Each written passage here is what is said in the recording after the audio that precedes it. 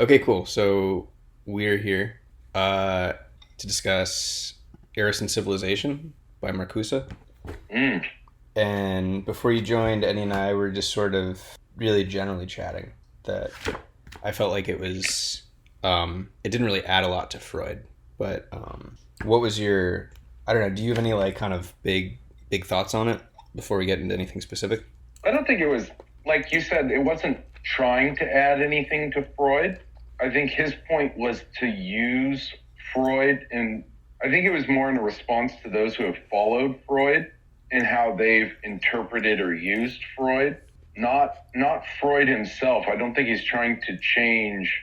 I think he's trying to elaborate on Freud specifically to point out how it's relevant or like where it's relevant.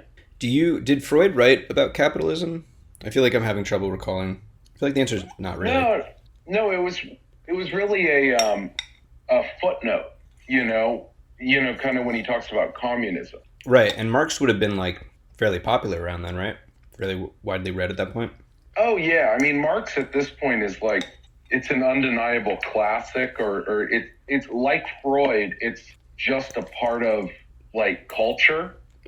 Just the fact that people think about themselves as laborers, or the entire talk we like kind of like feminism. Just to think about women as a class of people. The same with like labor as a class. Right. But the two can You know, coexist, right? I mean, like you can kind of have a Freudian outlook and a Marxist outlook. yeah. Well, I mean, I think I think in a certain sense their frameworks through which to view things. Like it gives you. It's like Yeah, says where to look for certain things. right. Rather than You an know, answer or an explanation, it's more of a way of looking at it. yeah, yeah. Interpretive framework is how I'd put it. Hmm. Um, that can reveal certain things. I would love to Like see. Oh, sorry. no go. You know how they have like anti-Marxist like protesters? They should have like Uh huh. anti-Freudian protesters, and just people out there like these Freudians like are ruining America. Well, I think they did actually, didn't they? Like, isn't that it just happened in the like 60s or 70s? Mm. By like By the way, can you academics. hear me all right still? Hmm.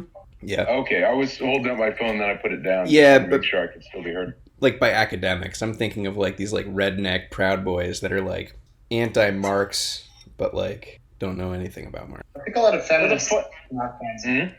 I think a lot of feminists have take serious issue with a lot of Freud. Yeah, I could totally Yeah, see that. but the whole thing with the like anti-Marxist protesters, that's also kind of like that's not even Marx, like or there it's just it's like a paper tiger that they like to fight against. Yeah. Well, maybe for Like the they've got a what do they have? oh, I was going to say they have a understanding. Like I'm not sure if you ever watched the Zizek Peterson debate, but they've got as bad an understanding of Marxism as Peterson does. Yeah. They've read like the first part of the Communist Man. They've read like a few paragraphs into the Communist Manifesto, and like that's about it. And then they've heard they know it's bad. Yeah. I don't know, man. I mean, I don't know what kind of other Marxist understanding most people would have. Like I ordered Capital, and that thing is a fucking textbook. Nobody's going to read that Oh, outside of dude, like academic philosophy. dude, did you actually want to go through Capital? No. No, that's my Oh, point. okay. That's my point. It's 1,000 plus pages of like economics. Yeah, yeah. Oh, it's rough. I mean, I think the chapter on like commodity fetishism is probably both where Marx intersects with Freud Hmm. and where Marx is very interesting today. So I guess what's his name, Baudrillard, the mirror of production is maybe more interesting than Marx. Is he the simulation guy? Yeah, simulacra and simulation. Yeah, I'm not really that familiar. What school of thought is he? Right, he's not Frankfurt School. He's more recent. Oh no, he's the most like accepting of the postmodernist term. I mean he's a French. He kind of comes after um, uh, Foucault. Foucault and Derrida, Yeah. but I think he's kind of his own. He's kind of like late 20th century. postmodern theory, I guess, is where you'd categorize him. Okay. Like his thoughts are on the relation, or I think a lot of his ideas are around media and how media intersects with like human subjectivity. Okay, kind of like just like Chomsky. Not like Chomsky. Okay. I mean, not very kind of in the way that how like what is it? Someone talked about Chomsky and Foucault. Their debate is being like two ships passing in the night. Mm-hmm. In the sense that they're kind of talking about similar things, but it doesn't really intersect. Yeah, no, or it's just they're just talking about on a completely different sort of level of analysis, or they're just kind of in separate realities. Mm-hmm. Okay. I haven't read much Baudrillard. I actually have his book because I was a total Matrix nerd in high school, and so he was the first philosophy book I bought. Oh, cool. Simulacra and Simulation. Oh, is that where the simulation... But I never read it. What's up? Is that where the simulation, like, thought experiment comes from? Well, sort of. I mean, the main thing about, or where it starts off, is the Borges fable, in which the cartographers of the empire draw up a map so detailed that it ends in covering the territory exactly. Oh, that's cool. And it's the whole thing is the map is not the that phrase, the map is not the territory. No. His thing is essentially that the map is more real than the territory. That the idea of the desert of the real, that comes directly out of Baudrillard. Okay. When how it's like, welcome to the desert of the real. I feel like you've mentioned it before, but I forget in what context. No, it might have been the Matrix. This is Morpheus. Oh, got it. When he takes Neo into the little thing and shows him Earth as it really is now. Okay. He says, welcome to the desert of the real.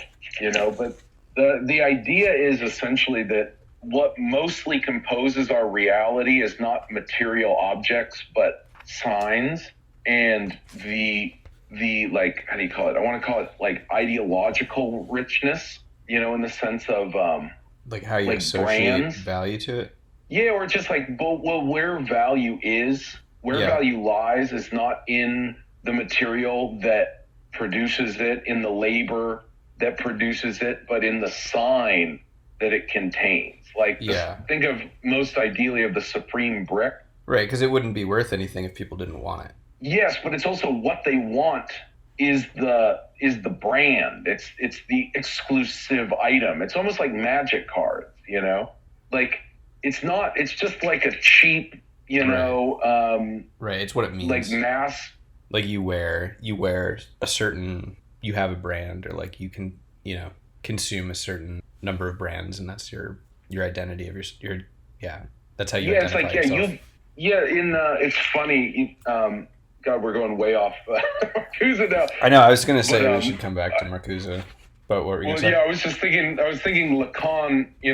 I was listening to some talks about Lacan and how Lacan thought of and this is kind of where they say you should read structuralism before you should read Lacan. Right. Like I have Heidegger sitting on my shelf that I'm not going to read, so I'm not even going to get to post-structuralism. Yeah. Well, no, Heidegger is structuralism, right? Or one of the fun. But what is it like? The idea about that language is like the relation of words to other words. Mm-hmm. That the meaning of a word is not in the word itself, but is in its relation to the other words. Right. And so no word is a thing in itself. It just is like a pointer to other pointers. Right. And so each of those things, so a word, or this is like then the idea of not just a word, but how then a word connects to images and in the entire like web of in a certain way, just the way that Lacan says that the unconscious is like a language, that the unconscious is composed or is constituted by these relations of signs. Yeah, it's not like the languages. It's not the agent that makes you like go out and pursue certain symbols over others. Because that's kind of how it would seem to me. Like your upbringing controls what sort of like context associations you have with different things and like what you think is good and what you think is bad. And then you look for things like that in symbols of like other things. Like, you know, you like something because it's a particular color or because, you know, it has some sort of association that really has nothing to do with the thing itself. Yeah. I mean, I was thinking you're kind of rubbing off on like one of the, I was kind of going back over Marcuse, especially the early chapters, and chapter 2 really leapt out to me a lot more this time than it did before, in terms of like the reality principle. Yeah. And how the reality principle itself differs. It's like different cultures have different reality principles. Right. So you have surplus repression. Yeah. Or yeah, you tend to have. Well, just in the sense that, and actually surplus repression is an interesting idea. I wonder what you guys think about it. Just in terms of the fact that no society ever, or just the fact that the necessary work is not like evenly distributed. I mean, that part makes sense, where like some people just have less dominated, oppressed lives than other people, and it's like a spectrum. That seems reasonable. But to then tie like individual aspects of your repression back to society in like a way that it's different in the US than it would be in Russia, I just feel like it's too. We're already beyond the realm of like anything empirical. I feel like you can't measure these things, so it's like maybe there's surplus repression that has to do with like the material conditions of society, or maybe you're just repressed, and I don't know, it's coming from a lot of different places. Well, like, you know how he starts off in saying that Freud's theory is the greatest indictment as well as the greatest support of civilization. Mm-hmm. So in a sense, like, how do you call it? Because they're to what I think Marcuse sees in Freud, and I also see in Freud, is that, you know, you can't just pursue pleasure. You know, the reality principle and how it warps the individual is, in a certain sense, necessary to the individual. It's not exactly. It's not an entirely. Our biology would not be able to exist as it does. Like we wouldn't be dominating this planet, you know, if we did not give up some amount of like libidinal pursuit. Okay, I might be misunderstanding how all these terms relate to each other, but it seems like the libido, he's saying, comes from the reality principle attacking the pleasure principle, or like dominating it. As in, like, if you didn't have the reality principle, you wouldn't have a libido. You would just be like, I'm having even trouble conceptualizing what that would look like, because it sounds like it happens right from birth, where you immediately start to, you know, develop the reality principle over the pleasure principle. So I don't even know what the pleasure principle is if you've never expressed it. Well, I thought the pleasure principle is just the fact that we want to feel good, right? Like that there's certain things that feel good and there's certain things that feel bad, and we want to feel good. Okay. You know? Yeah. And so I saw that as the principle, the it itself is wanting to feel good. Okay. Right?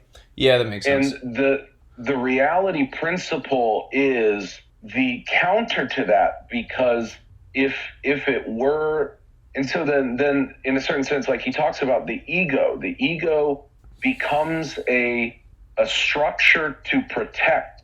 It both dominates the id, but then it protects the id from the environment, because in the mindless pursuit of pleasure, it would hurt itself. Right. You know, it wouldn't be able to survive. Right. I mean, partly because. Oh, sorry. And you? No, go. I was going to say, and that's where it seems to me that there is no libido without the reality principle. Because if you have just the pleasure principle, you don't really have any conception of yourself or any sort of agency. You're just mindlessly pursuing whatever feels best. And that's not really libido. That's not really anything, right? It's just a flat desire.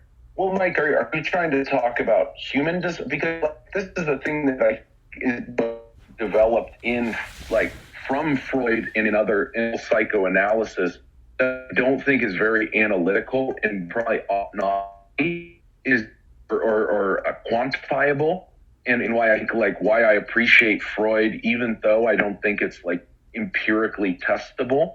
It's this idea of like human desire is like different. It's not a natural sort of thing like water flowing downhill or whatever, you know. It itself is already this weird fight between in our own internal structures and forces within our own self. Our own self is not one particular coherent thing. Like what we call ourselves is specifically antagonistic forces within us. Yeah. And that their desire, and like the idea even of like desire, you know, as he puts later on in chapter 2, you know, he talks about how our current reality principle has limited desire to the genitals.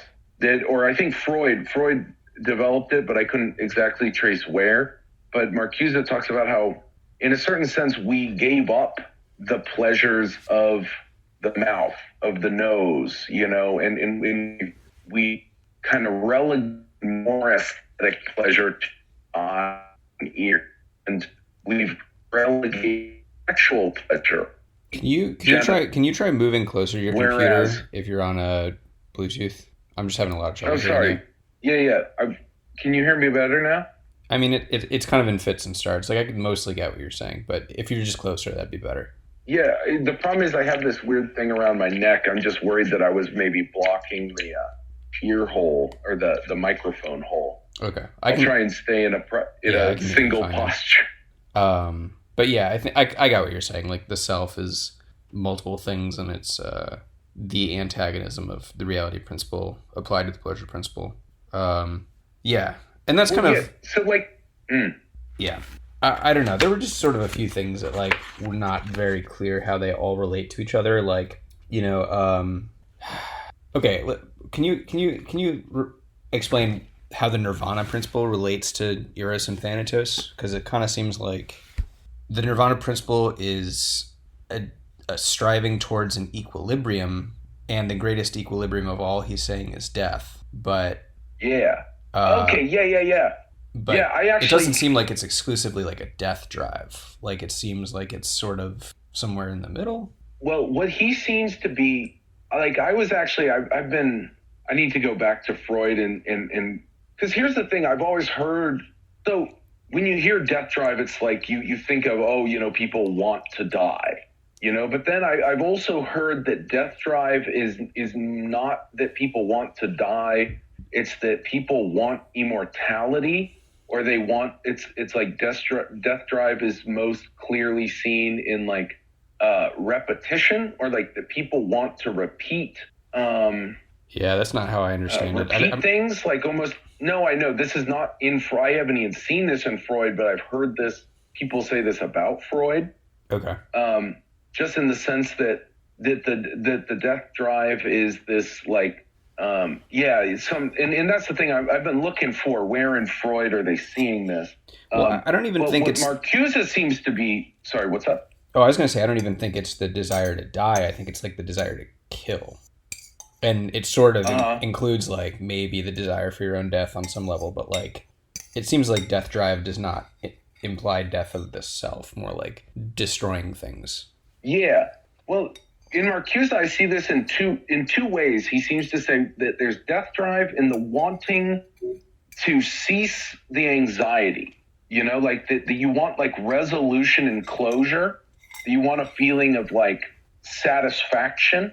You want the pleasure. You know, so it's like in a certain sense, like the pleasure is like it's kind of out of control. Like pleasure itself is not like a good thing. Like Eros. You know, he kind of talks about how Eros is kind of contradictory. You want to join with others, but in your joining, you exclude others, you know, but then so the idea with, you know, when he talks about the death drive in the sense of closure or like wanting cessation it's almost the wanting desire to cease, you know, wanting to be that's free. That's the Nirvana principle, right?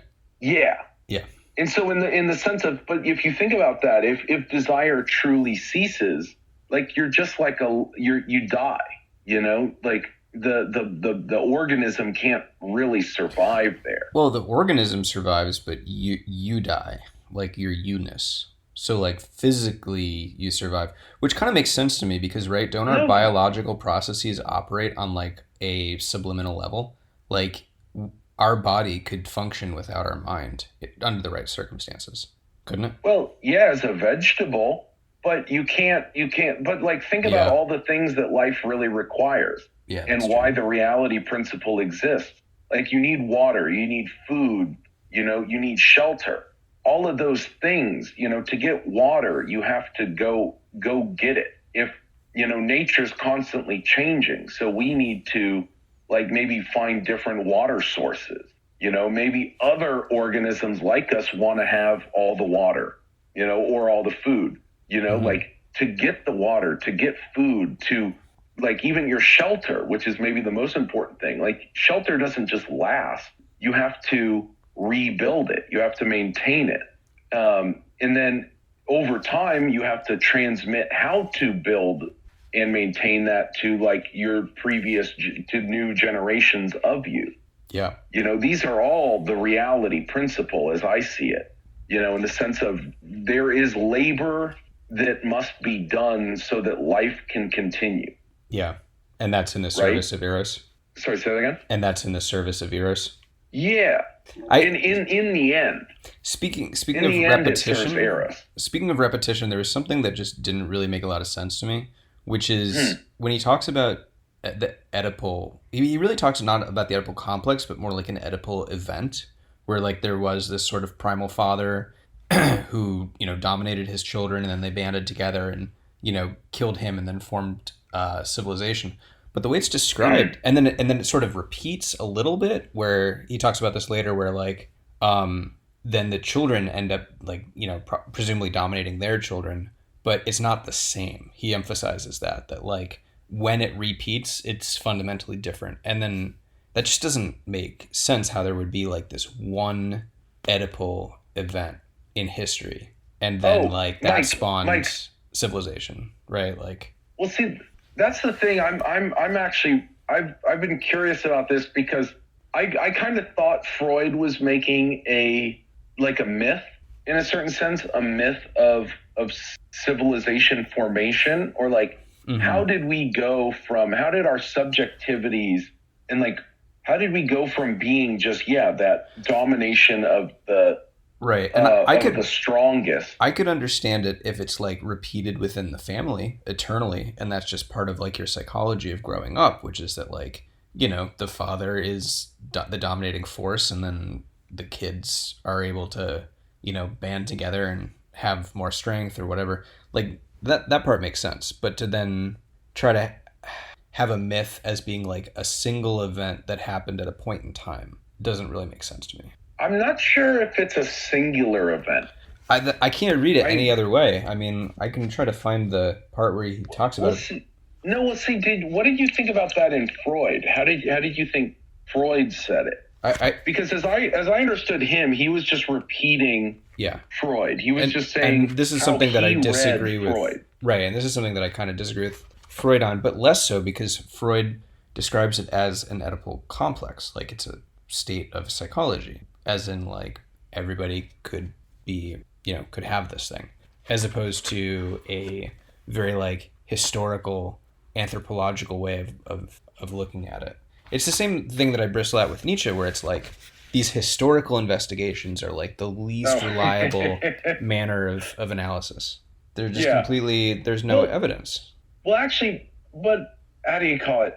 Any again, because everything like to see history, like to make sense of things that happen. I mean, shit. Think how hard it is to make sense of things that are happening around us right now. Yeah. To go back into history and to pick up the artifacts and to try and draw truth, like what really happened from those things, is just impossible. Right. And in Like fact, you could even probably argue that there is nothing in the way of objective truth when you read history. It's just all stories that people have told. Like it's Yeah, all been but I mean, spun. but here's the thing: you get different.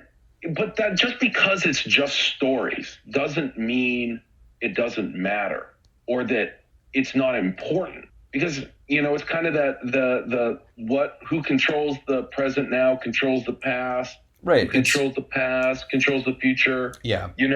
Like the stories that we tell ourselves are not just they're not just stories, and in a certain sense, the stories we tell ourselves are like a part of us. They make us. But these stories are not static. Wait, I mean, they constantly change as we have reactions to them. Right? So if we find that like, oh, the Jews never were in Egypt, and then we say, oh, it's just a story that we use. It doesn't have to be factually correct. It's important allegorically. Yeah. Well, now the story becomes people used to believe that like the Jews were in Egypt, and then they realized that they weren't, and I don't know. It was no longer important, and that's the story. Like actually, Mike, that would be a hard one to prove, though, wouldn't it? That sounds to me like just thinking about that example of, oh, we proved the Jews weren't in Egypt. I'd be highly, highly doubtful. There's a whole Wikipedia article on this. It's like there's no evidence that there was a mass exodus event. It could be entirely made up. That is different than proving that they were never there. I'm sorry. Yeah. I don't mean that there were never any Jews in Egypt, just that like, yeah, I'm sorry. I should have been more literal. Oh. That there was no Well, I mean, you're talking exodus. about whether or not Exodus happened exactly as written. Or if it happened at all. I mean, honestly, it's like, okay, but sure, as it was written. Like, Jews celebrate Passover, and they tell this story, and this story is false. So why do we keep telling this false story? Isn't there a new story now? Well, because in a certain sense, it's the story that makes you, right? It's the story that makes you a people. But no, the story that makes me is the one where I realized it was false. And then that's my story, right? The story that I'm telling you right now is my story. It's not the story of the Jews leaving Egypt. It's the story of learning that it was false. Yeah, but you can't believe it's false unless the story exists, right? Like what your negation of the myth is not an absence of the myth. Yeah. It's the myth perpetuated in a cynical form. Well, it's just it's the not myth. It's like putting a not operator before it. And then that becomes the important, I don't know, symbolic guidepost of your development. Yeah. I guess my point is that to have that, you still have to have the myth in humans, at least, because we're like, I don't know how that works with like computers exactly. Well, I guess our myth could become, hey, Jews were never in Egypt or something like that, right? Like, all right. Yeah, well, that's the weird. again where I think it gets a little weird. It's like to say they aren't in Egypt, but again, why does it matter whether they were in Egypt or not? Like it must because it's factual, right? Like our origin stories should be, to the best of our knowledge, true. Otherwise, I don't know. Like, I guess I see the it's like that. There was that great line from V from Vendetta that artists tell truth with lies. Yeah. Rather than say like conservatives, who tell lies with truth. This all sounds very postmodernist. I got to warn you. Like. Well, yeah, because we have so much. An aspect of our postmodern subjectivity is that there's so much information, so much contradictory information, that it's like we're being like our mind is literally just being tossed about on the sea, and we have no driftwood, or like we're constantly looking for any little bit of driftwood to give us some extra buoyancy and, just to keep our head above water, because there's just too much information, like I don't know. I just think something can't be two things, right? Like if you have encountered something like there can be multiple truths, but I don't think that they can be describing like the exact same thing, right? Like Freudianism and Marxism are probably compatible, but like when talking about, all right, that's really hard to give an example of. Here's the other thing, Mike, like why do things need to all be coherently fit? So like with Marxism, like there's a lot of Marxism that I think is just like, you can just toss it away. Like we know better, but you don't need to, like if the metaphor, throwing out the baby with the bathwater, you don't there's always some good shit in there. Yeah, the stuff that's not You don't false. need to throw it all away. Right. You keep the stuff that's not provably false or contradictory. I don't know. But then I think closer to what you're saying. Sorry, Danny. Yeah, what I think he was saying is almost that like information, like raw information, is just kind of chaos, and there are different lenses you can use to look at it, and some are more useful than others, and some have pieces that are more useful, and the rest aren't useful to you. So you can toss those out. It's less about finding like what the actual truth is, and just finding a way to view raw data in a way that's useful to you. Yeah. Well, here's the thing. I mean, this is kind of Foucault's thing, but that he kind of gets out of Nietzsche. You don't, how do you call it? You don't really have, it's like the move from, say, data to facts, or even, I think it's even hard to say that you have data collected at all without some framework in which you're already intend to interpret it. Like Foucault's thing is that knowledge or facts are inherent, like they depend on some framework to even be a fact, or like nothing, there are no bare facts in the world. Well, I don't know. It's just, there are historical facts, right? Like either a thing happened or it did not happen. No, but what does it mean then that a thing happened? Franz Ferdinand was assassinated. Nobody would say, well, what if he was not assassinated? Like, wouldn't that lead to some interesting ways that we could look at the world? And it's like, no, it happened. And like, that is the world that we live in. And that is how we need to adapt. And like, no, the facts are the boundaries that are set, right? Like, and as you learn. But the thing is, when like say, so that's actually an interesting fact in the sense that, but like in terms of where that, think about this, like when we talk about how did World War I start, that Franz Ferdinand was shot, is like why the war started, right? Well, okay, that's a whole rabbit hole that I'm not saying that he caused World War I. I'm just No, I know, but I guess the thing that we why that thing matters as a fact. I see. And not I went to the bathroom this morning or not. Yeah. Like in a certain sense, like the facts that rise up above other facts it's not a neutral. Right. It's not a neutral matter of just, there was a material event in the universe. Right.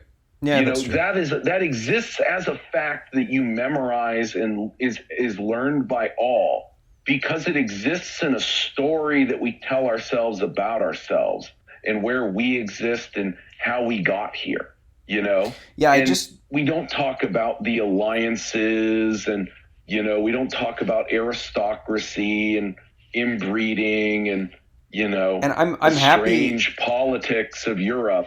I'm happy for the relative value of the assassination of Franz Ferdinand to wax and wane. Like, it doesn't matter to me, I don't think, if it was the cause of World War I or if it was just like a thing that nobody really paid attention to.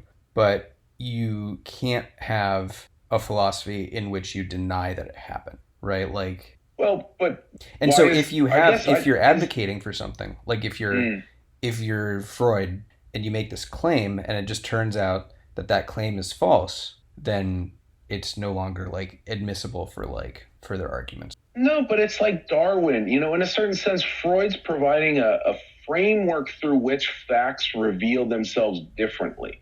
Just as think about the debate between evolution and creation.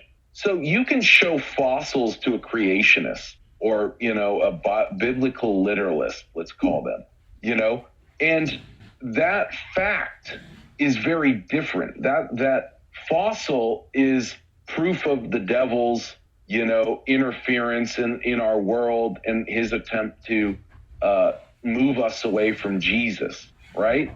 In Darwinian evolutionary theory, it's different.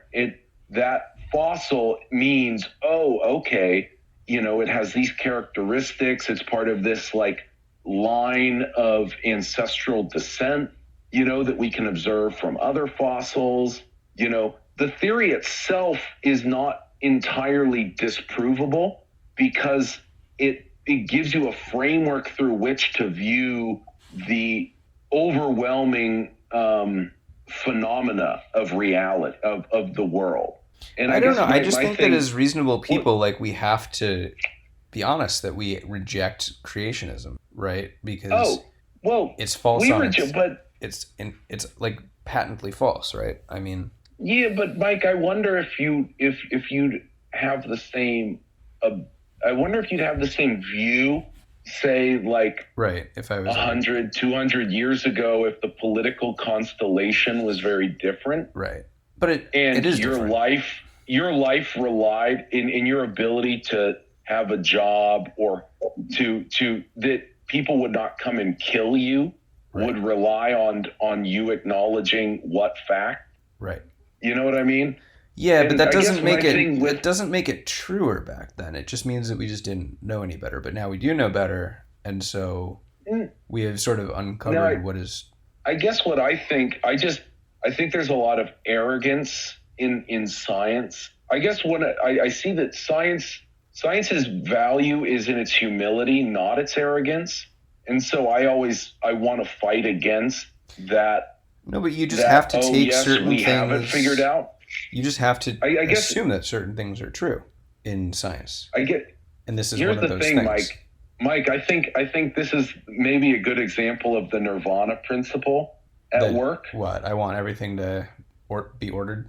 No, you want it to, like, be resolved. You want the thing to be true, and it's settled, and it's good, and I don't need to worry about it anymore because we know it's there, and it's not going to move. Right. You know? Yeah. Like, it's foundational, and now we can build off that, knowing that this thing, like, once we turn around, it's not going to, like, run off somewhere. But that, I mean, yes, I agree that is probably the Nirvana principle at work. But what does being aware of that even mean? I mean, that would be like saying, oh, you've used your mouth to, I don't know, make this argument, and primates have mouths, so you're a primate.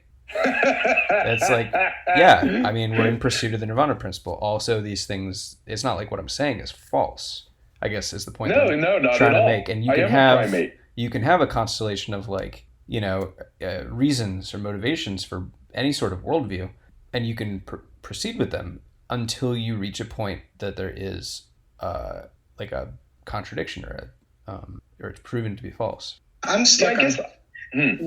I'm still thinking about Michael's World War I example with Franz Ferdinand. Like, obviously, you can say that happened, but so that would be something that's like an objective fact of history.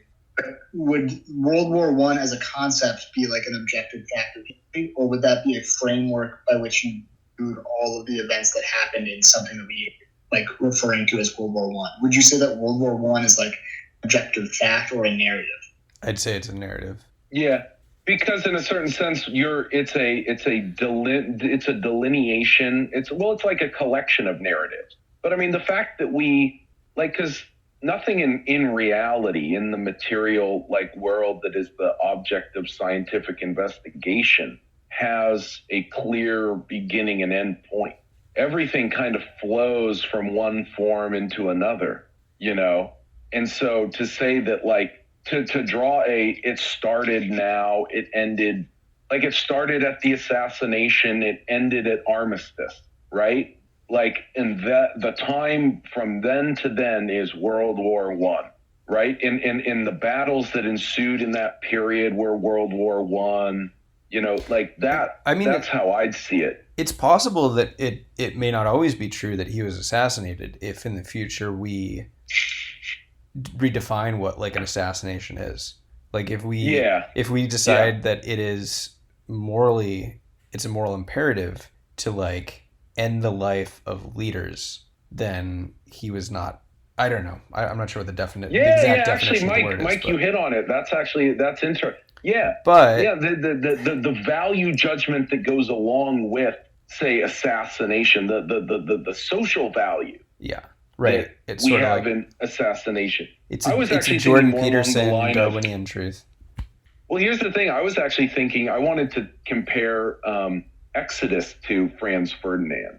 Like, you, in the sense of, like, will we at one day be reflecting upon Franz Ferdinand in the same way as Moses leading the Jews out of Egypt, you know? Possibly, but we would have to lose so much knowledge. I feel like everything is just so documented now. Maybe not. Yeah, but then won't it be like Ozymandias? You know, like what is the reality principle that's required for us to maintain these vast stores of knowledge? You know, like our society, think of all the societies that came before us, all the civilizations that came before. Well, all it takes is enough electricity to keep servers running. Yeah, but what does it take to keep the electricity? What is it? Well, let me put it this way. More importantly, what does it take to maintain and recreate the human beings that keep the servers running, that create electricity, that can read and do things with computers? Yeah. I'm a little confused by this tangent. We're just talking about human extinction? No, I'm not talking about extinction. I'm more talking about human civilization as a sort of organism. Well, in the sense, because like, sorry, go Eddie. What I think you're saying is like the further away we get from an event, the less about the thing it becomes, right? And the more of a narrative it is, right? Like, so almost inseparable. Where like we remember the American Revolutionary War as like Washington beat the British, but in reality it was like, I don't know, thousands of individual events and people and, conditions that because we're 250 years past it or whatever doesn't, means that it's just no longer like a thing. Yeah. Well, I was thinking that, but then I kind of tried to jump back onto the idea of the reality principle in the sense of the thing of what governs what recreates the human beings within a culture and within a civilization, because I don't think that's a very it's when a man loves a woman. No, but see, it's not a neutral thing. Like, that's the thing about human civilization that I think Freud, this is like the upside of it, not in the certain sense, yes, it represses the individual, but, think about the ways in which, like, we have to be domesticated into language.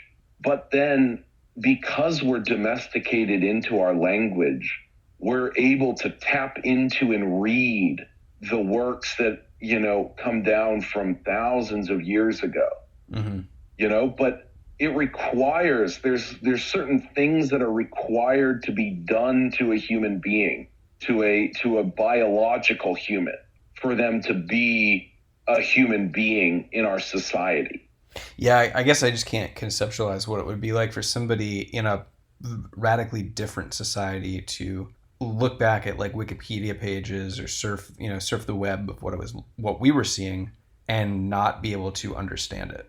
Really? You think it's just that well, Mike, think how hard it is for have you tried to play any games from like 98 or like from like older operating systems? Yeah. Right. Like, like old computer games, like games that you used to play on maybe an old Mac or a Windows 95 or 98 computer. Right. Have you tried to go back and play those? You're saying that there's just incompatible software. Yeah, or like think about we talk about everything being immortal. But everything would get Think carried. about all the web pages. No, think about all the web pages that you grew up on that don't exist anymore. And there's not even, like, I can't even find them on the Internet Archive. Like, they're gone. All the old GeoCities sites. Maybe if I looked really hard, I could find some small scrap of them. But, like, we think about these things as being immortal because, everything stays on the internet. But not only are the artifacts left behind by, human activities gone, but like the human subjectivity has changed from how it was when I'm just talking about decades ago. And this is the point that I'm trying to make, which is I just don't think that we're in that pattern anymore. Like, I think that we've broken out of the pattern just because of how documented everything is. I don't think that there's any way that we would escape it. There will always be a plethora of books, I think, that people have backed up just about everything they can online. Like, the amount of human knowledge right now in terabytes, like, compared to the amount of human knowledge in the Roman times or even 300 years ago. And I think that's why we can look back at the 50s and 60s or things that were before our generation and understand them so well, is because there is so much firsthand or primary, there's so many primary sources to draw from. I guess I would just dispute that claim, just in the sense that we have even more, like in this, just the claim that you know what happened, the more primary sources there are. Also, I think it's actually less true. Also, the way that I understand things is going to be different than the way you understand things are. So it's not like we could always look back and understand how things were, right? Because they are going to be different from each person's perspective. Can you elaborate on that, Nathan? You said the more primary sources we have, the less likely they are to be true? No, it's not so much the less likely they are to be true. It's the less likely you are to be able to understand and formulate a individually understandable truth. Well, I guess that's the main thing is, like, think about how much is going on in the world. Like, think about just like, say, one recent protest or something, to know what really happened there. Think about the monumental amount of work that would be to take all the different Instagram, Twitter videos, all the different blog posts, all the different Facebook posts, leading up to and following it, and to combine all of those into one coherent story. Like, think how impossible that is. But it's if just... If you're trying to be a completionist, then I'd say, yeah, but like, thinking of, like, I'm seeing videos of protests that I see one 30-second clip, it tells me one narrative, and then I can get a second primary source, and I get a completely different side of the issue and definitely a more complete picture. If not, you're not getting, like, obviously the exact feeling of what it was like to be there and see everything that happened, but... Right, and I would also say it's equally impossible to do it now. Even like a day after the protest, you physically cannot take primary sources and use it to reconstruct what actually happened, because what actually happened is only known by the people who were there, the people who experienced it. Well, everybody else is just Mike, getting somebody else's opinion of what happened. Mike, I disagree with that. Here's the thing. I don't think even if you were there, I don't think you can fully understand it. You can't fully understand it. That's the point I'm trying to make. You have knowledge of it, like if you experienced it. Well, yeah, you have. Well, see, that's the thing. You can develop. No, I'm not saying you can't develop knowledge of something. Okay. Like, I think Eddie's thing of like, oh, I watched 30-second video, like I read something, like, I think that's fine. Like, I'm not saying, that it's all an illusion or whatever, let's go like full Buddhist here, it's all the, Mara or whatever, it's all illusion, all is illusion, Okay, but let's compare. I'm not saying that. Let's compare this hypothetical where you have a plethora of primary sources about a protest to like an event, like, a battle, like a Roman battle or something, where it's just incredibly sparse primary sources. And so or the Bible. The impression that is formed in the protest scenario, I think, is better. It's more valuable because it's more accurate. Like, there's so many things we could think, were there 500 people there? No, we can see that there were fewer than 500 people there. There's just more facts, which gives it more value as a historical narrative. Well, here's actually where I differ with you in terms of, like, say, the protest is. So you have these videos of these protest moments, but where's the videos of the moments of, like, police meetings, of, like, the private conversations between, like, commissioners and the mayor? Yeah. Right. Like, see, all of those in terms of, like, what's really going on. Yeah. To answer that question, what is really going on here? Yeah, it's not just the protest. It's not just the protest. It's okay. Well, what's been going on within, like, the police bureaucracy? What's been going on within our city government? Yeah. What's been going on within our national government? Like, in terms of, like, looking at the militarization of the police. Well, do you know it's not something that you can understand just from like no thousand, like, however many videos of protests will not, like, reveal, like, the truth unless you're like, in a certain sense, ignoring all those videos and not considering them as evidence. But in this case, then nobody could understand it, right? Because there's not a single person who is a fly on the wall of everything that is happening to bring about this event. Therefore, I guess what I'm saying is, in as much as Mike, people can know. Mike, this is why frameworks like Marxism are valuable. Mm-hmm. Because they say, okay, let's take all these events and let's look for specific things. Let's look for where's the money going. Let's look at who benefits, Let's look at these sorts. Let's look at the massive pile of history. And let's only look at certain things. And let's see, when we only look for these certain things, what pattern arises. And I think that's well and good up until it reaches a contradiction or it is disproven by a fact. And then it no longer ceases to be as valuable. But I'm not sure if that's the point that you're making. Mike, the point I'm trying to make is that the facts don't disprove the framework. The framework generates the facts. So you would say you apply a Marxist framework to the events going on.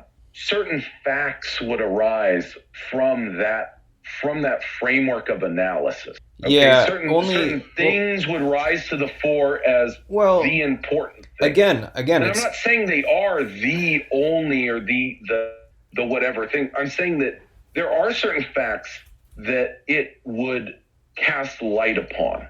And again, I think what it's doing is just like with the assassination of Franz Ferdinand, is it creates a relative importance on things that are either true or false. Like, how important was the assassination of Franz Ferdinand for the start of World War I? Well, that depends on the framework that you're using. But if your framework was to say Franz Ferdinand is alive and lives in Las Vegas, then it's not a good framework. Oh, yeah. No, I'm not saying that. What I'm just trying to say that how do you call it? The look at the video. Like, what is it? I think this is out of Baudrillard, but the idea of like, we live in a pornographic society in the sense that if we don't see it, if we don't see the video, if we don't have that literal video documentation, it's almost as if it didn't happen, or like we have to see it. But even if we see the video, that doesn't mean it happened, because think about how you might see one of these protest videos, but then someone else on the opposite political side sees, oh my God, Antifa thugs out of control, fighting our boys in blue, you see the same things happening, but what they mean, the meaning that's attributed to the events is entirely a separate thing. Yeah. You see what I mean? Yeah, totally. I mean, in the certain sense that you feel that your framework is the true one, that you are the neutral observer. But then I completely disagree with that. How do you evaluate then the goodness or badness of a framework if all of your value is being determined by your framework, right? Like if you look and you decide Marxism is a bad way of looking at things, how can you come to that conclusion without having a Marxist explanation for why you feel that way? I mean, how could you come to that? Well, I mean, you can easily come to that without needing a Marxist explanation, right? I mean, a Marxist explanation would give an explanation why someone would refuse a Marxist explanation. Like, there's good, I mean, that's kind of the whole notion of like critique of ideology, is the fact that people don't want to believe things people don't want to believe they're working class. People don't want to believe that they're the powerless ones in society. They'd much rather identify with the powerful who are stomping them in the head, than actually confront the fact that, no, they're getting stomped in the head because they're weak and stupid and too cowardly to fight back. Yeah. But they don't need a Marxist explanation. They don't need a Marxist framework to get the boot kicked in their head. In fact, it probably hurts more to take on that Marxist framework, but there's potential for liberation. And I think that's like Marcuse's, like why Marcuse pursues or looks at things at least somewhat from a Marxist perspective, is because he's interested most predominantly with human liberation. You know, how can why does the human need to be restrained beyond the point of why do we need the surplus repression? Like, obviously the human needs to be repressed, but why beyond the point that's necessary to maintain the reality? Yeah. You know? To keep things working. I certainly appreciate having an optimistic perspective, because I feel like that's pretty rare in philosophy. And I think that's good. But I don't know. I guess I just don't understand how you can draw a distinction between the correct amount of repression and then what part is surplus repression. Like, it just feels it feels like if you were to take a crack at it, you could just as well be wrong about the origin of a particular form of repression. Like, you could say, on one hand, this is like phylogenetic and it's just part of being a human, and on another hand, you could say, well, this is capitalism and it doesn't have to be this way. And I mean, like, for example, how do we know it's just not part of the human condition to feel alienated? Like, from an evolutionary psychology perspective, that seems like a totally reasonable hypothesis. It's normal and it just happens regardless of the society you're in to feel alienated and to do things that, you know, you don't feel connected to, and to have alienated labor. Like, I don't know that necessarily has to be a capitalistic thing. It could be, but how do we know that that's capitalism? Well, I agree with you, because in a certain sense, you know, because capitalism, from my perspective, imitates a lot of feudalistic, you know, social relations. Yeah. Like, I mean, I think that's becoming more and more the case now. Like, obviously, alienation is not solely capitalistic. Yeah, I mean, I think the point is just under capitalism, literally there's where the incentives lie in capitalism is towards further commoditization, further alienation. It's not that alienation is solely a product of capitalism, but that capitalist dynamics do lead towards and do tend towards alienation. Okay, here's a question I kind of had: is picture somebody who has today freed themselves from the toil of, you know, labor, right? Like, so maybe they've retired.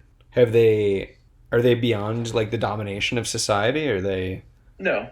Okay. No, well, see, that's the thing. I mean, he talks about it a lot, how one of the problems with alienated labor or our society is the way in which it becomes totalizing.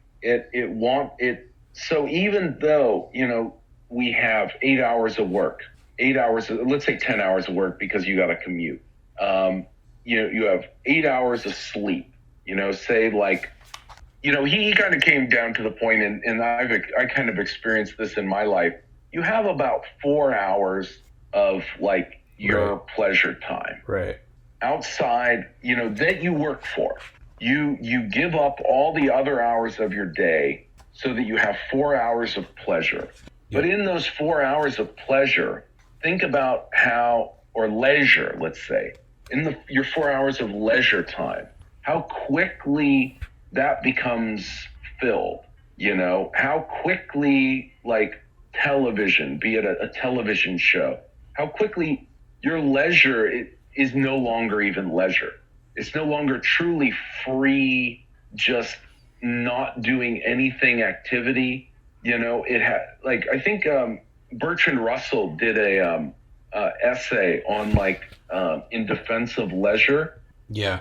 I need to reread it. I read it at one point in time, but, you know, he essentially just talks about how, like, how great it is that you can, but, like, think you get vacation, and how quickly do you start to cut it up and put it into, like, okay, I'm going to do this, like, or say you go on vacation, you know, you go to you go somewhere. Think how quickly you have to, like, schedule everything, you know, to be able to be at the museum at this time, and then be here to check out this this cultural site. But isn't that just like a smart decision, right? Like it's not that you're not enjoying yourself. Like you haven't taken the fun out of it, but what you've done is you've given up a little bit of enjoyment, which is just sort of the feeling of not having to be anywhere, and replaced it with now you get to see all these different things that you wouldn't have gotten to see if you didn't feel particularly compelled.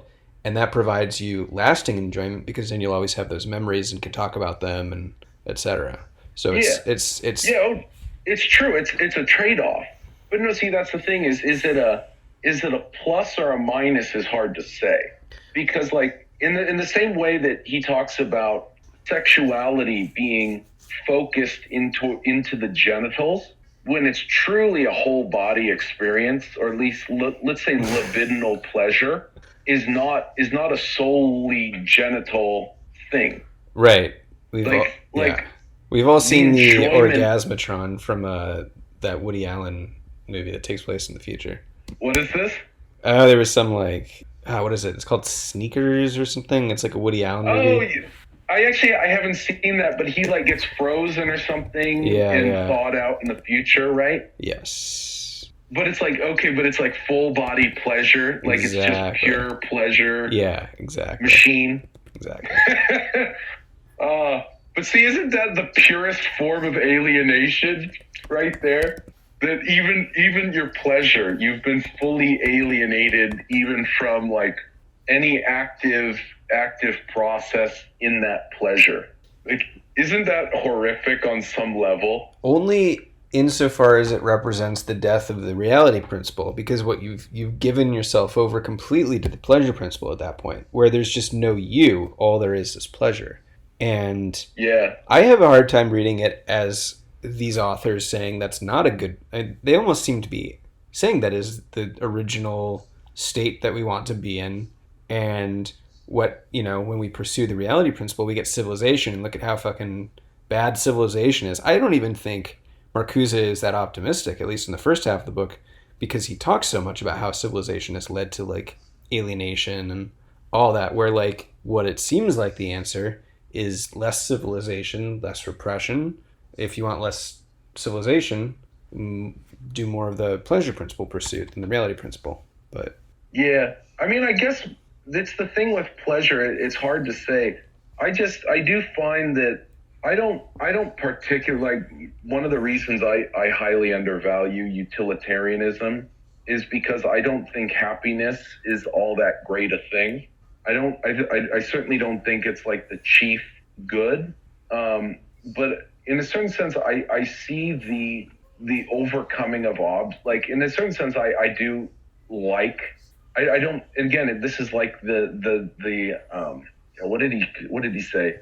When the super ego makes, how do you put it? The super ego makes or allies with the id to suppress the ego. No, other way around. It's like grafted onto the ego to suppress the id. No. But he says there was somewhere about like in terms of like, I forget if this was the nirvana principle or fighting going against the nirvana principle in a way that I just remember there being a point made with the super ego making a bargain with the id to repress. I think this was talking about like against the Oedipal, or against the like because he sees in some way the Oedipal as being like the nirvana principle, like the being like stuck in the womb, but shit, I kind of forget exactly. But I think there's something in, I don't think humans are fully like themselves if it's just happiness or pleasure, because it's like, in a certain sense, it's almost like the confrontation of greater realities.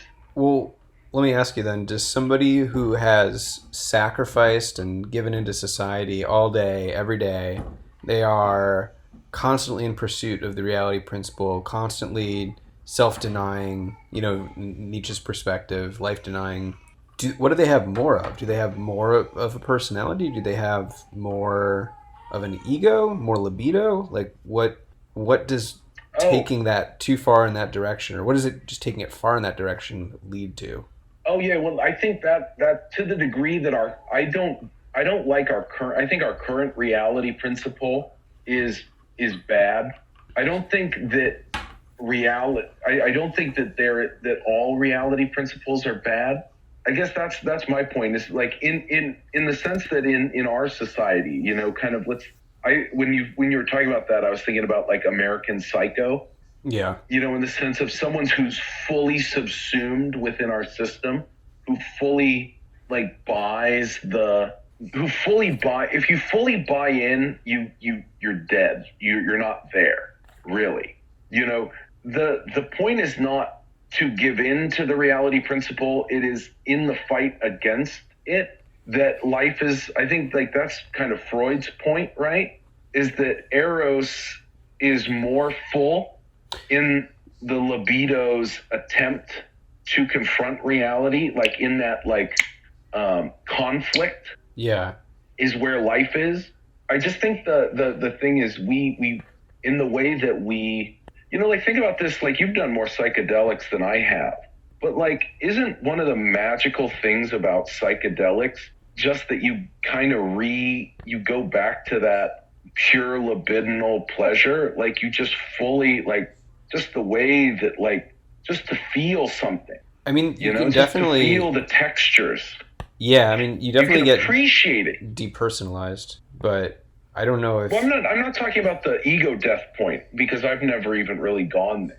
But like, say just a light dose of acid or mushroom, and just like you can just enjoy the sensations on your body. Right. You know, like the sand between your toes, or you know, the differences between hot and cold, or just like when you drink a cold glass of water and you're thirsty. You know, all of those are like libidinal pleasure.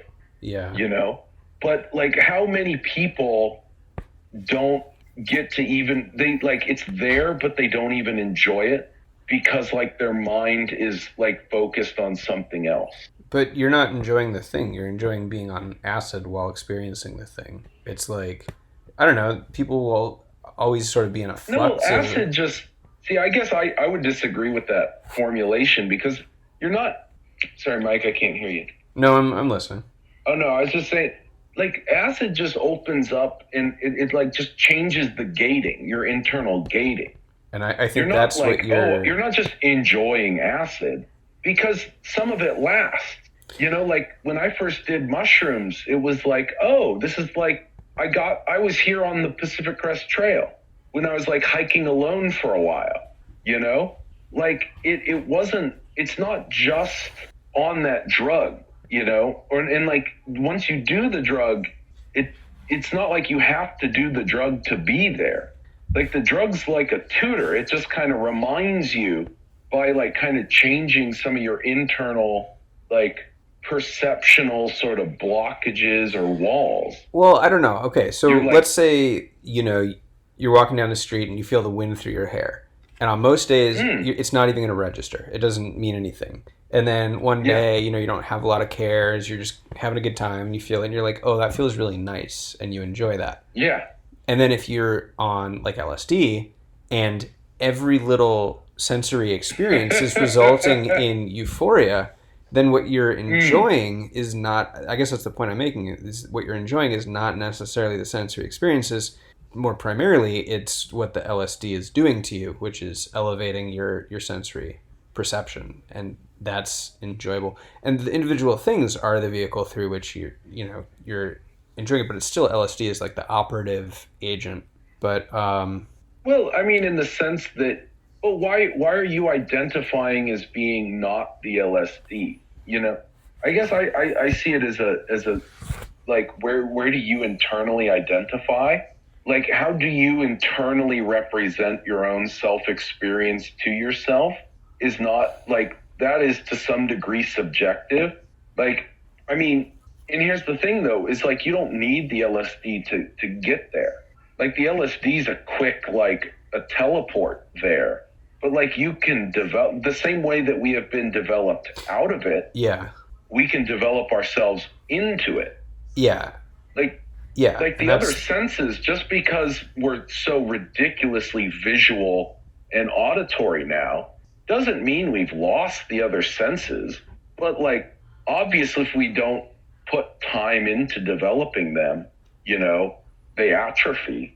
Right. Just like any skill, just like if we stop talking for a while, we'd probably have some issue think about communicating with another human being. Like, think how different this is to like if we were talking in person, and I could like feel your breath, and see your body language. Yeah. And like the way you move, and like how do we make eye contact, and like all the moments that lead up to it, and like, are we smoking? Are we drinking? Like, think about the rich libidinal experience that would be. Okay, well, and how sad this is. Here's my argument maybe against even the idea of the reality principle, which is I don't think that there's a single point in time during our development as an individual when we are even within the pleasure principle, operating within the pleasure principle.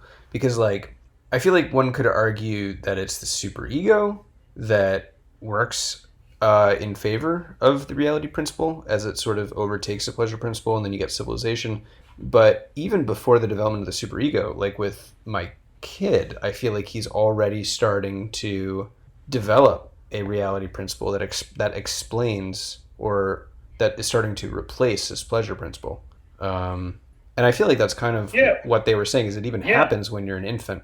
And if it's something that happens in infancy, how can that be caused by civilization? Like, I think that what it's just describing is part of normal human psychological development, which is, I don't know that I would view it in terms of like a dialectic like that, where you have a pleasure principle that's replaced by a reality principle. Like, why not just look at it as like, there's the reality principle and there is no pleasure principle, or something like that? Well, I mean, I think, do you remember in Civilization and Discontent, he just says that, like, if you, I think he just kind of put the reality principle as an uncontested thing, as all people want to be pleasured. All people pursue pleasure when not when not restrained, or whatever. I forget exactly how Freud put it, but he said essentially people pursue pleasure, but they also don't. So like, why don't they? It's like, we must kind of assume that against this pleasure principle, there must be some counteracting force, like, yeah. Like, that's, and again, this is not like a factual, or this isn't like some, empirically verifiable, quantifiable thing. This is inherent to Freud's framework of the world, is this kind of dichotomy between pleasure and reality, in the sense that we want pleasure, but we also don't, but we don't just do the things that give us pleasure. Why is that not the case? What's keeping it? And so then you get in this, then it kind of goes back to like, well, at some point there must have been some father, who monopolized all the pleasure, and so he kind of develops this, and then there's like implications that arise from that, but it's not like, because like you said, like your son, I mean, he's already in communication with the mother, like, in the sense that I assume he's not like eyes open yet, right? He's still kind of just like grasping for the teat. No. Probably can't really keep his neck up. Well, he can't really keep his neck up, but he's pretty alert. Yeah, eyes open, like. Yep. But that's about it. I mean, he doesn't really have any fine motor skills or anything like that. Yeah, but no, like you said, he's already in this. Right, like he's already learning. Yes. But see, here's the other thing. He's been learning since he was in the womb. Yeah. Like, he's been learning before you ever saw it. Yeah, that's true. And it's kind of funny because the things that he wants are the things that most closely resemble the womb. But, yeah. And that's just because he had been in the womb for 9 months. Yeah, like, what is, I was, they were talking about, this came up in it was about the Oedipus complex in Lacan, and just the idea of like, when you have a desire, like as a baby, and this is kind of like how we develop, as we develop further and further along, like when you're in the womb, your needs are almost instantly met. Not entirely, but like you have a desire and it is met. You have a need and it is fulfilled immediately. You're kind of swimming in this reciprocal like feedback between you and your mother's body, right? And then it becomes like, but then you're separated from that, and you have to make like vocal demands for that. Like you have to make yourself heard to get that. Yeah. Right. Like I assume there's a lot of crying. Yep. A lot of screaming. Yep. Yeah. Yeah. I mean, it's actually kind of funny because when he was just born, if you put something in his mouth, like a finger, it would calm him down. He'd start sucking on it because, he thought it was a nipple. But what he started doing is opening his eyes and realizes very quickly that it's a finger in his mouth and not a nipple. Like he sees it, he makes eye contact, or not eye contact, but he like looks at it, sees my hand in his mouth. Yeah. And his brow furrows, and he like he's still like not crying because the finger's in his mouth, but he starts to get like upset by it. And I'm like, so he's learned that like not only is there this like mouth sensation, but there is like the one that looks right and the one that leads to milk, as opposed to other mouth sensations like a pacifier or a finger that don't. But and then more recently he's actually started liking a pacifier, even though it doesn't have milk, but I don't know, it's weird. I guess he does like the mouth sensation, but well, I mean, as long as it's not visually obvious that he's being denied milk by seeing a hand or something. That's so funny. Yep, no, he's confronting the reality principle. Yeah, exactly. But then that makes me wonder, like, how much of this can I avoid, right? Like, I don't want to like dump civilization on him, but a lot of this stuff is independent of civilization. Like, regardless of where we are or our material conditions, that same exact thing would have happened. So maybe that's the normal repression, that's going to come about. And then the surplus repression is all of the alienated labor, stuff like that he'll suffer through later. Mike, the main thing is, like, where I see our repression, or really our socialization, and you can decide for yourself, where, like, to what, I mean, in a certain sense, you're going to determine some degree of his surplus repression.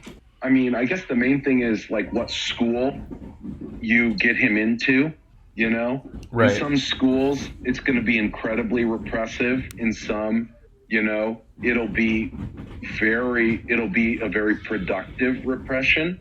Yeah. In some, they'll focus on obedience, just because they're the powerful ones, or is it going to be obedience because, these are the things that will benefit you? Yeah. Like having authority, like one problem I always find on especially like our modern left politically, is just the idea that like all authority is bad.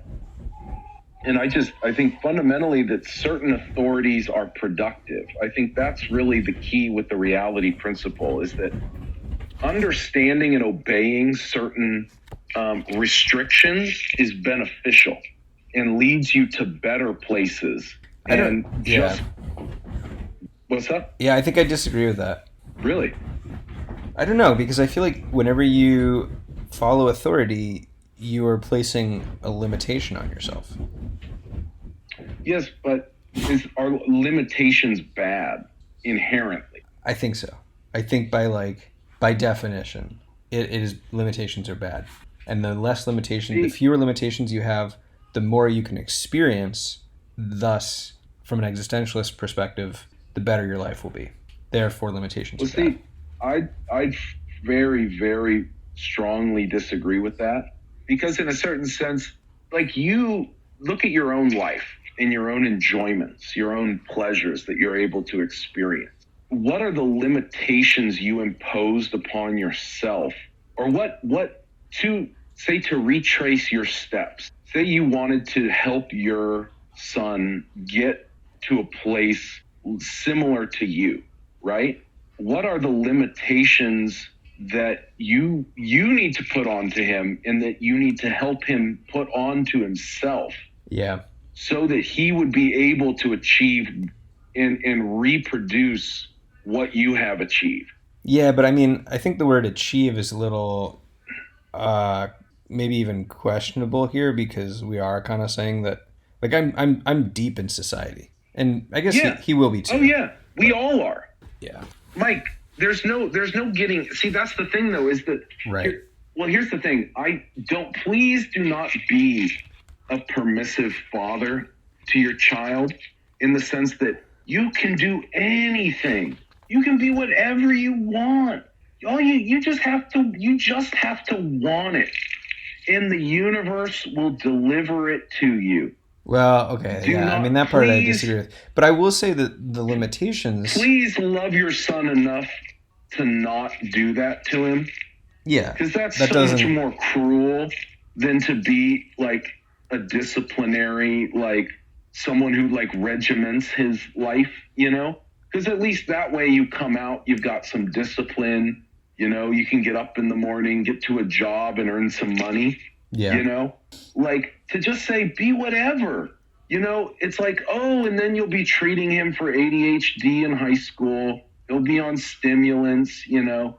It's like, he won't be able to hold down a fucking job, you know, or earn an income, you know, or achieve anything in life, you know, because in a certain sense, you have to impose some social restrictions upon your son so that he can survive in the restrictions that everyone else will place upon him. Right. You need to show him how to navigate the obstacle course of society, you know, with all the bureaucratic and other tripwires. I mean, you know, I guess I at first thought you were talking more about like you or me accepting limitations. Like, as an adult, it doesn't seem... I think that too.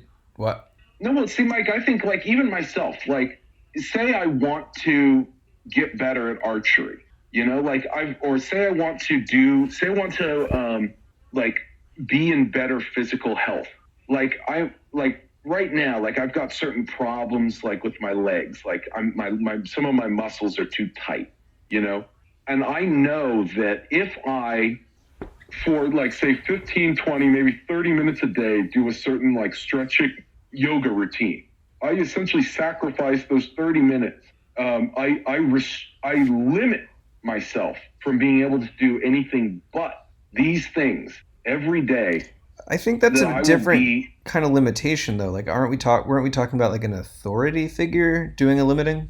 Like, I'm being an authority to myself. I think that's a little different, though, because you are acting in your own best interest. Mike, well, here's the thing. Some people will some people will pay a life coach. Some people will pay a counselor. Okay. Some people will pay a guru to tell them what to do. Yeah, to limit them. Or even a physical coach. They'll say, hey, I don't know this thing. Tell me what to do so I don't have to think about it. They will accept that person's authority into their life, and they may benefit from that. Yeah. They may get healthier. They may get skinnier. Again, you know? They may achieve certain things they could not have achieved otherwise. But it seems that this person is just an extension of themselves. Like, a tennis coach, for example, I could fire at any time. Like, they don't have any real authority. Like, the limitations that they put on me are ones that, like, I've put a limitation on them. Like, they have to work for me if they want to get paid, and they have to put these limitations on me.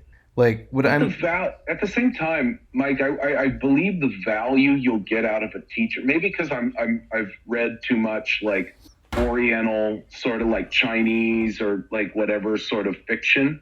But in a certain sense, your ability to really, like, if you really accept someone as a true authority, like you accept them as a parent or as you internalize them. You are literally going to make yourself them. You're going to take what they are and make it part of you. Mm-hmm. You're going to literally incorporate them into you. Yeah. And so, like, you don't really maintain your individual self anymore. If they are a true authority, if they're someone who truly... Well, have you internalized What's any up? like police officers? Because those people are authorities, but they're not really ones that we... Oh, no. Well, that's a very different... That's not entirely... See, this is the thing. I'm not talking about authority in just that narrow sense. Okay. Because that's kind of what I'm not what I'm saying thinking like, when you say oh, authority. yes, I am... I'm not talking about being like obedient to like the officer and being... I'm not talking about like being a submissive here. I'm talking about how we each accept, and that's the thing. I mean, how to recognize someone as an authority is maybe, but I'm saying that when you just write off all authority, all limitation, I say that that's naive, because in a certain sense, limiting allows you to do more rather than less. Just the same way that, like, in engineering, you can envision a machine not as like an assemblage of parts, but rather as a collection of restraint. Yeah. You know, like your engine can only work because you control and constrain that explosive fuel. You know, well, first you have to constrain it so that you capture the fuel in a spot, mix it with the air so that it can actually ignite for a spark. But then you also need to control then how will that move? You know, you control it on all its sides and allow it to only move in one direction. And then you control how that directional movement then, you know, moves the crankshaft. And your crankshaft has to then be restrained on both ends, you know, so that the power goes out the back end, you know, and then is transmitted. It's all a series of constraints. But what you're describing is something series of constraints mechanical. allows it to be, rather than just some little small fire, but for us to move shit all the way around the planet. I mean, I follow you, but I also feel like you're describing like a machine and not a person. Well, I am, but we consider ourselves machines now. Also, the authority that I feel like you're describing is one that we have some agency in, right? Like you're describing, you know, benevolent teachers and fathers and people that I don't even know if you're describing a father, but you're certainly what seems like describing like experts or teachers or like, you know, people that benefit us. But when I'm thinking of trying to avoid unnecessary domination or trying to avoid unnecessary repression, I'm thinking of all those, you know, I'm thinking of the police officers. I'm thinking of, you know, the teachers who don't give a shit, who just want you to like, you know, who want to exert some control over you. And that is the kind of repression that I'm wondering. And I'm not even saying I'm going to try to avoid it in my child, but if you were able to, what would that accomplish? Like what kind of person would you become if you just were not subjected to the unnecessary, you know, repression in society? Oh, I have no idea, Mike, because I have been subjected to a lot of unnecessary repression. Right. So I really don't. The thing that I would just say is to be able to recognize that that you do have teachers that are not necessarily there for you. Right. You know, because like there has been a few teachers I've encountered in my life, and especially like in better schools. I think you have a far, to the degree that your property value still continues to represent the quality of your child's school, you know, like you should be all right.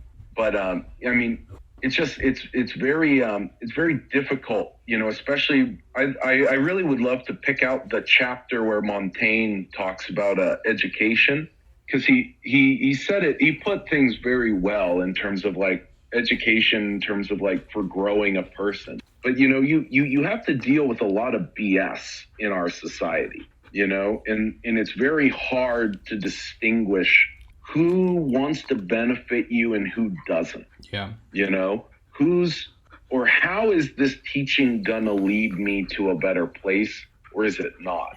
And I think in that sort of frame is something that I've, you know, worked really hard to try and figure out for myself, because it was definitely not provided for me. And it's something I myself had to make because, I felt tossed about. And so I've kind of developed it in response. Like I have a certain framework myself for how I judge, something to be useful or not. I just think just to make sure that, I don't know. I just feel like we, as a parent, nowadays, just thinking about how the internet will mess with your kid's brain, like how it's like what it did to our own. Oh yeah. I mean, maybe I know there's a lot of fear among parents about like screens and, being like, I don't know, propagandized or having your mind rotted or whatever. And I'm sure like every generation's kind of thought about the youth, like, oh, scared that the youth aren't gonna like succeed or not, or I don't know. I just think that it's important for a parent to impose restraints just from the pure, like, maybe not even in a here's why, but sometimes just to say like, because in a certain sense the parent decides what the child's duty is. Yeah, I mean, like, I think I agree with you that kids, it's good for kids to have routine and for them to understand. Like, I think at a very young age, I'm going to explain to my kid that there's no God and how things work and not mince words and treat him like an adult. And like, I mean, I'm not saying that they're going to learn how things actually work. They're going to learn my perspective on how things work. But like, yeah. I mean, I think that they will get a very opinionated perspective, which I think is good. Yeah. I think the most important thing, or what I would personally advocate, is to not try and sell your perspective as absolute. Yeah. But as your perspective, or not even to say that it is your perspective, but just to embody it. Yeah. Because like there's something like Zizek, one of the things that I first caught his attention is just that the difference between the father who says, you will visit your grandmother, and the father who says, we want you to visit your grandmother only if you want to visit her, because your grandma loves you, and don't you love her, like in a certain sense, it's the patriarchal, like authoritarian, just do it because I said so, allows more freedom. Yeah. Allows more of a sense of like, I know that I'm being oppressed. But it allows a certain subjective space of rebellion. Oh, interesting. Rather than if you demand of them not just to do it, but to do it authentically, right, with love. Because don't you love her? Right. Don't you care? Like there's something more horrible about that way of. There's something more submissive, I think it's dominating. I think it's still the first thing. It's just harder to tell what it is. Like you're still just experiencing that this is a father who values you visiting your grandmother, but they're just really persuasive at it. Like they trick you into thinking that it's your own idea, but yeah. I guess that's the main thing is there's a desire to dominate your subjective space. Like make it very obvious that where your perspective stops. Like you can have a strong perspective, just make it clear that it's your perspective. Yeah, or just the fact that no, you're doing this because I have power over you. You this is your duty because I'm the powerful one and you're not. But again, this kind of like this is where I draw a distinction between authority which has your best interest in heart, like the father, versus authority which doesn't, like capitalism. Like capitalism just wants you to consume. It doesn't have any consideration for your well-being. And that is the kind of authority that I want to avoid. I'm okay with authority that's like in the child's best interest. Yeah.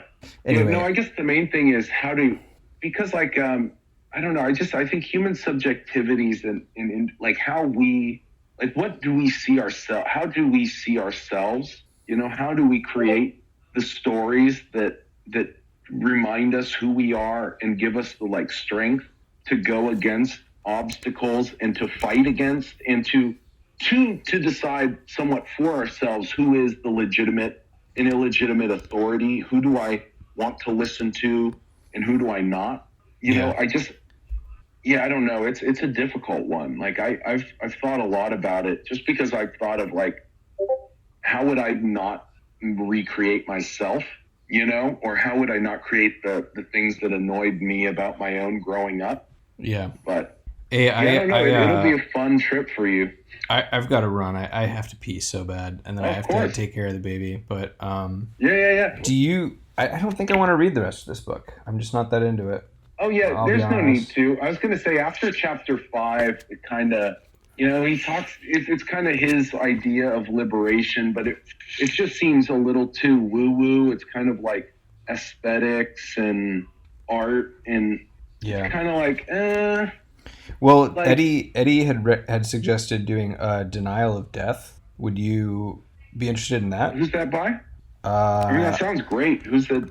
He's Ernest Becker, a more modern take on Freud. Okay. I remember he's been talking about this book for a while, so I figure it'll be good. He'll almost certainly join us for the discussion if we do this one. Cool. Yeah, I was going to say, was Eddie here? I heard him a bit, but he had to drop off to take some clothes to the laundromat, or pick them up, I guess. Oh, damn. Okay, I was going to say, it kind of becomes me. It was just me and you. I was like, well, let's do gonna pipe up? Let's do the 21st, 2 weeks from now. Sure. Denial of Death is. Let me just see how many pages this is. Oof. Let's split it into 2 parts. Yeah, sounds good.